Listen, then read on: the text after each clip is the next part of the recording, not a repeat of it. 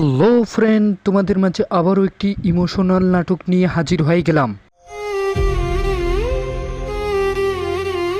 নাটকটি অনেক কষ্টের হতে চলেছে। তোরে আমি কইছিলাম না, তুই যদি আমার না হইছস তাহলে।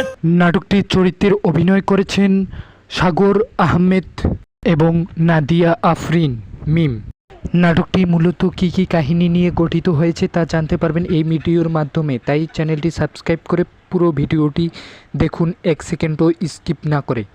সাগর আহমেদ ছিল একজন ফুচকা দোকানদার।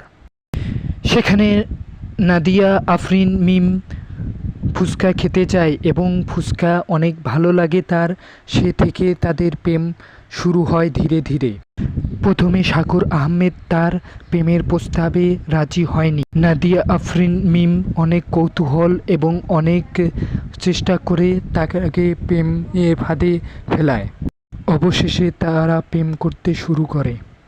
নাদিয়া আফরিন ধীরে ধীরে ছেলেটিকে খারাপ পথে নিয়ে যায় এবং তাকে সিগারেট খেতে বলে এবং মারামারি করতে বলে।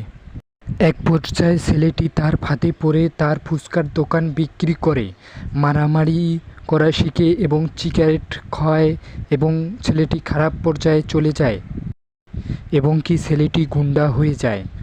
এক পর্যায়ে ছেলেটি পুরোপুরি নষ্ট হয়ে যায় এবং গুন্ডা হয়ে যায়।